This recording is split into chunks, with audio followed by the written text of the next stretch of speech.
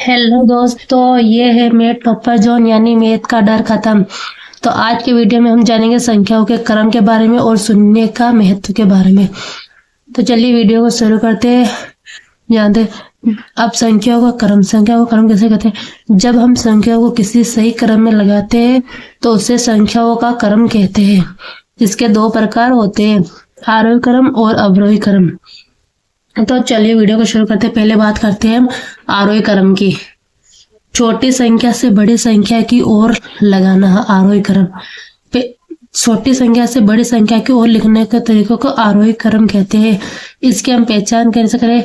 इसमें हमें सबसे पहले छोटी संख्या लिखते हैं, फिर उससे बड़ी लिखते हैं। चलिए इसे एक उदाहरण से समझते हैं तो आसानी से समझ में आ जाएगा आपको। उदाहरण के लिए हमने लिए कोई संख्या 7, 4, 32, 15। ये क्वेश्चन है।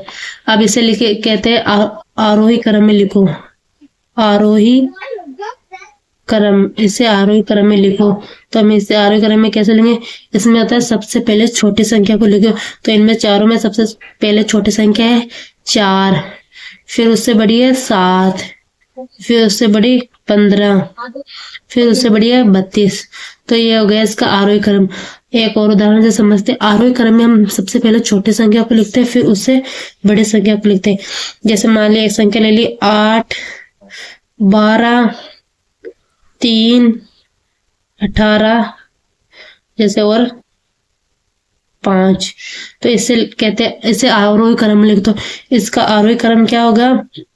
इनमें सबसे छोटी संख्या कौन सी है 3। तो सबसे पहले लिखेंगे 3 को, फिर उसके बाद में लिखेंगे 5, फिर उसके बाद में लिखेंगे 8 को, फिर उसके बाद में 12, फिर है 18।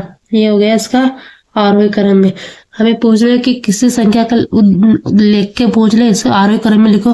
तो आरोही क्रम में सबसे पहले छोटी संख्या को लिखते हैं, फिर उससे बड़ी संख्या को, फिर उससे बड़ी। ये उसका आरोही क्रम कहलाता है। चलिए बात करते हैं अवरोही क्रम। अवरोही क्रम क्या होता है। अवरोही क्रम आरोही क्रम का जस्ट उल्टा होता है। अवरोही क्रम में पहले बड़ी संख्या लिखते हैं, फिर उससे छोटी संख्या, फिर उससे छोटी संख्या लिखते हैं। आरोही क्रम का नियम, अवरोही क्रम का नियम है, उसमें सबसे बड़ी संख्या को पहले लिखते हैं, फिर उससे बाद में उसकी छोटी संख्या को लिखते हैं। तो चलिए इसकी पहचान कैसे करें।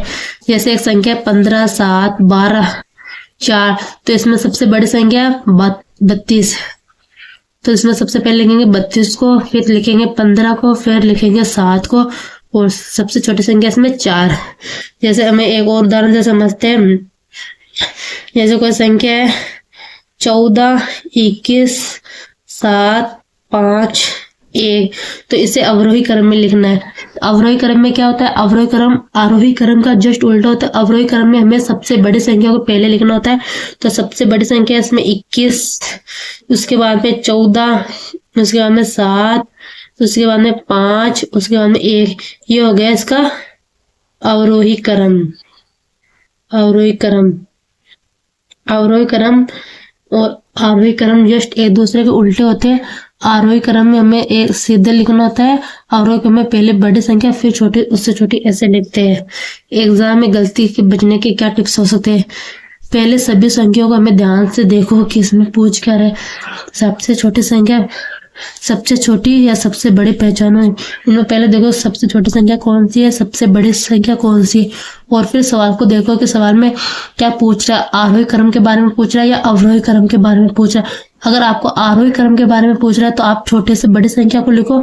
अगर अवरोही क्रम के बारे में पूछ रहा है आपसे तो आप सबसे पहले बड़ी संख्या को लिखो, फिर उसके बाद उसे छोटी संख्या को लिखो। ये रहे 2 क्वेश्चन प्रैक्टिस के लिए। ये 2 क्वेश्चन है। अगर आप इनके हल करो और इनका जवाब कमेंट में लिखो। अगर आपका क्वेश्चन सही हुआ तो मैं उसमें आपको वापस कमेंट करूंगी। इनका हल लिख के कमेंट करो मुझे, तो समझ में आ गई, आपकी प्रैक्टिस भी हो जाएगी और मुझे पता लगेगा आपको कितना समझ में आ रहा है क्वेश्चन। अब चलिए बात करते हैं शून्य का महत्व। शून्य का महत्व, शून्य का भी हमारे संख्या में बहुत बड़ा योगदान होता है। शून्य का महत्व भी बहुत जरूरी है। चलिए इस बात करते हैं शून्य का महत्व। शून्य क्या है। शून्य का मतलब होता है कुछ नहीं, जीरो।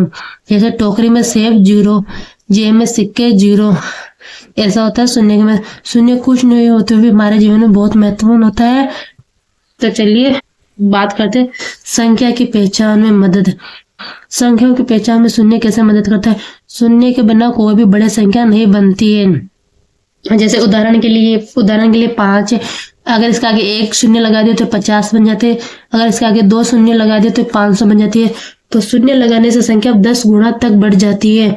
उदाहरण के लिए जैसे कोई संख्या 4 है, अगर इसके पीछे 0 लग गया तो ये 4 ही है। अगर इसके हमने आगे 0 लगा दिया तो ये 40 हो जाती है। अगर इसको और आगे एक और 0 लगा दिया तो 400 बन जाते हैं। इससे शून्य का बहुत बड़ा फर्क पड़ता है संख्याओं में। तो चलिए अब बात करते हैं स्थानिक मान। स्थानिक मान में शून्य का क्या महत्व है? जब किसी स्थान पर कोई अंक नहीं होता तो वहां शून्य लिखा जाता है।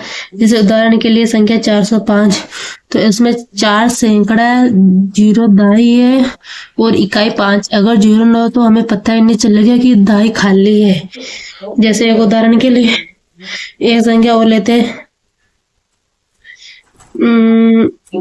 204, इसमें 2 सैकड़ा है, 0 दाही है और 4 इकाई। अगर इसमें 2 नहीं हो तो हमें दाही का स्थान पता नहीं चलेगा कि दाही कहाँ है। अगर सीधा 24 हो गया तो इकाई और दाही हो जाएगा। लेकिन इसमें 0 आने की वजह से ये सैकड़ा बन गया, 0 दाही हो गया और 4 इसमें इकाई हो गया। इसलिए स्थानिक मान में भी शून्य का महत्व होता है। बात करते हैं संख्याओं की तुलना में मदद। संख्या की तुलना में शून्य कैसे मदद करता है?